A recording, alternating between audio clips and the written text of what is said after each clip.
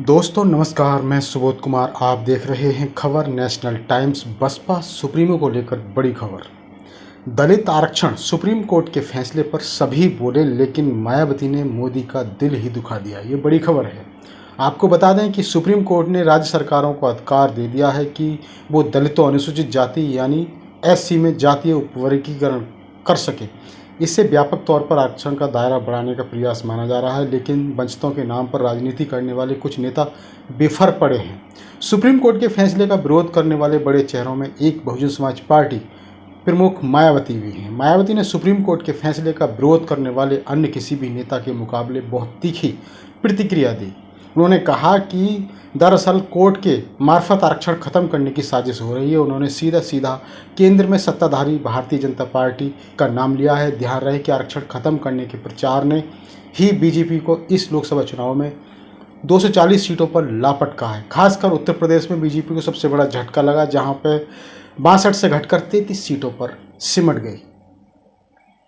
मायावती ने बीजेपी को तार तार कर दिया। मायावती ने बीजेपी का नाम लेकर कहा कि उसकी मंशा आरक्षण खत्म करने की है, इसलिए केंद्र सरकार ने सुप्रीम कोर्ट में उपवर्गीकरण के खिलाफ दलीलें नहीं दी, बल्कि इसका समर्थन किया। मायावती ने बीजेपी के साथ साथ अपनी धुर विरोधी समाजवादी पार्टी का नाम भी लिया। बसपा प्रमुख ने कांग्रेस पार्टी के साथ साथ आम आदमी पार्टी को भी आरक्षण विरोधी बताया, क्योंकि वह पंजाब की सत्ताधारी पार्टी है, जहां से मामला सुप्रीम कोर्ट पहुंचा था। मायावती ने अपनी प्रेस कॉन्फ्रेंस में साफ साफ कहा कि बीजेपी आरक्षण को निष्क्रिय और निष्प्रभावी बनाने और अंततः इसे समाप्त करने पर आमादा है। उन्होंने बीजेपी पर जातिवादी मानसिकता रखने का आरोप लगाया और कहा कि बीजेपी आरक्षण को संविधान की 9वीं सूची में शामिल करने के लिए कोई कदम नहीं उठा रही।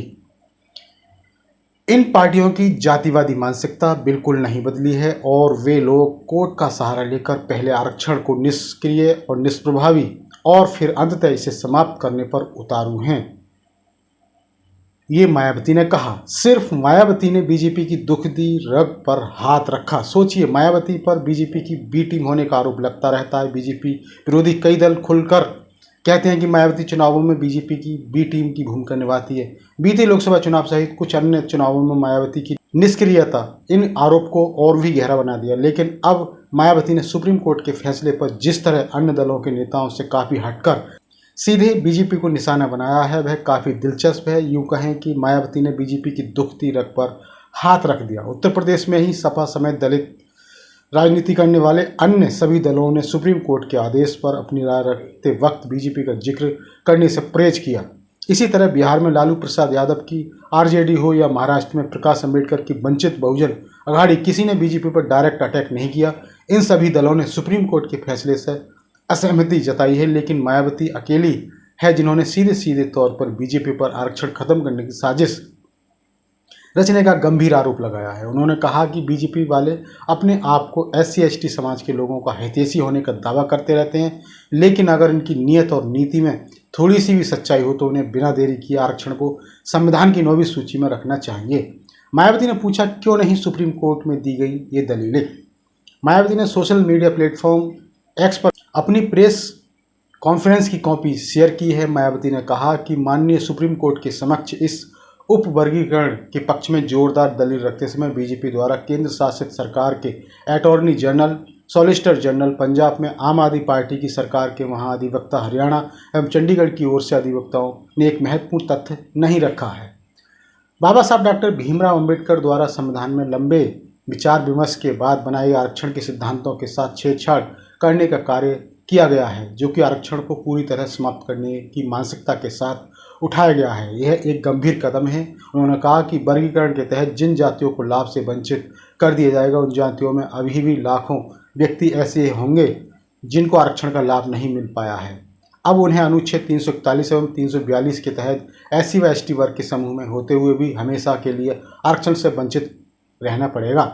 मायावती ने कहा कि यह किसी प्रकार से भी न्यायसंगत और उचित नहीं होगा, यह पूर्ण रूप से असंवैधानिक भी होगा। मायावती ने कहा कि यह सभी उपवर्गीकरण वाली जातियां आपस में ही कोर्ट कचहरी अदालतों में वर्षों तक लड़ते रहेंगे और अंत में ये सभी लोग फिर वंचित रह जाएंगे।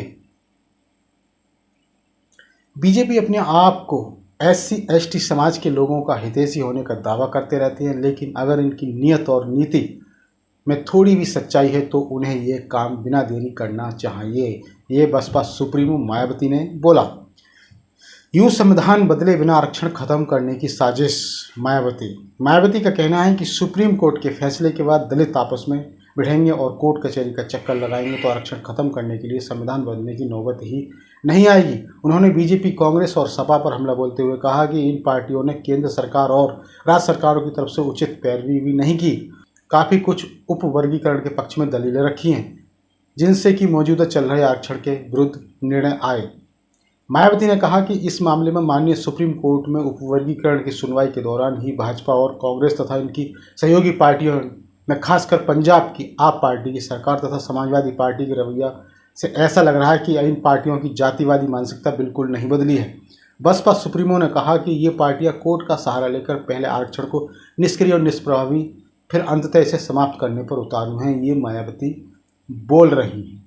तो दोस्तों, ये बड़ी खबर है बसपा सुप्रीमो मायावती को लेकर। इसी तरह की खबरों से जुड़े रहने के लिए हमारे इस चैनल खबर नेशनल टाइम्स को जरूर सब्सक्राइब करें। सब्सक्राइब करने के साथ ही बेल आइकन जरूर दबाएं जिससे कि आपके पास खबरों की नोटिफिकेशन आते रहें। तो मैं सुबोध कुमार फिर आऊँगा एक नई और बड़ी खबर को लेकर। तब तक के लिए धन्यवाद, नमस्कार।